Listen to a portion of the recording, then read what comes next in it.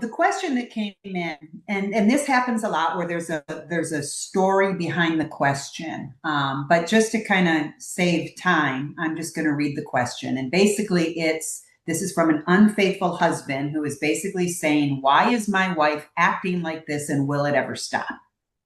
Now, there was a big story. He went into a big fight that they had had, and how his wife um, went pretty crazy for quite a few hours. And there was a lot of name calling, a lot of swearing, a lot of gestures being used by her body while she was raging.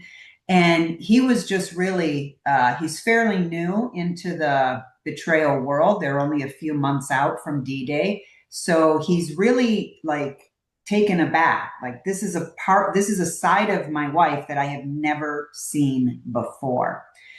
So that's what I kind of want to start with. And maybe some of you are kind of having that same question as well. Like, why is my spouse acting this way?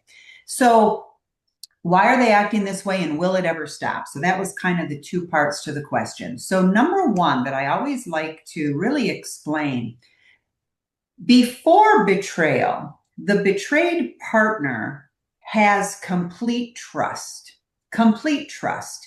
And I always share my story. My husband traveled, he was gone, Monday to Thursday, 2, 3 weeks a year, or 2 to 3 days a week. I would say 2 to 3 weeks out of the month. So he was gone a lot.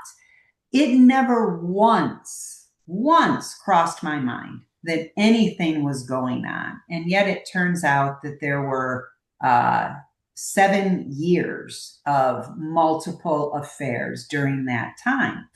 So when I found out about it, which we call D-Day, Discovery Day, D-Day number one, I was completely blindsided. Now, looking back, we didn't have a perfect marriage. I mean, who does? But we didn't fight. We didn't have battles, right? We agreed on parenting. We agreed on finances. We agreed on divvying up chores in the house. I mean, we didn't have any conflict. So I was kind of lulled into this deep, I don't know, this belief that everything was okay. My husband would never do that. Okay. So D-Day number one happens, and that mindset immediately, literally in the blink of an eye, it rewired my brain. And this is the piece that so many people don't understand about discovering the betrayal for the betrayed partner.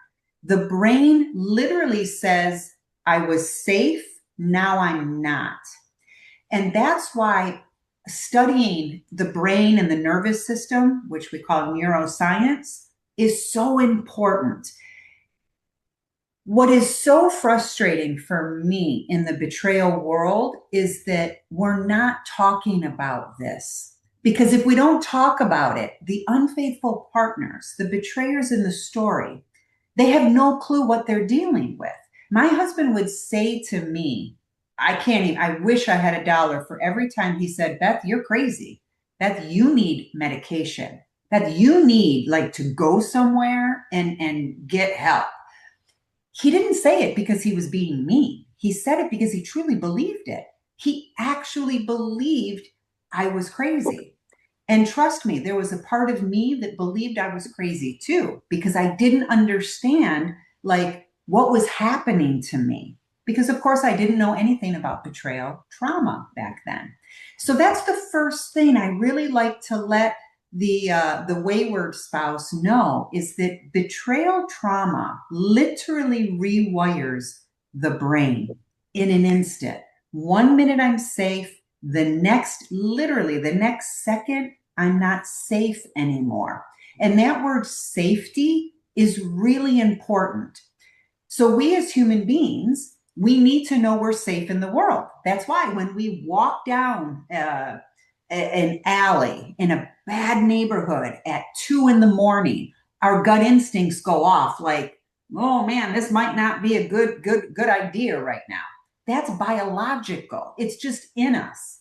I don't know of too many people, maybe some black belt in karate or something, but there's not too many average people that are going to walk down an alley in a sketchy neighborhood at 2 in the morning and feel really confident, right?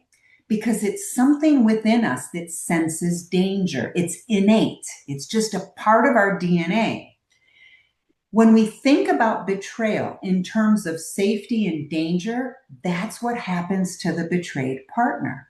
Now, all of a sudden, what was safe, walking down that same alley at 2 in the afternoon with, 5 people around me and I feel pretty safe. Now, all of a sudden, I'm alone and it's 2 in the morning and there's shadows lurking behind every dumpster.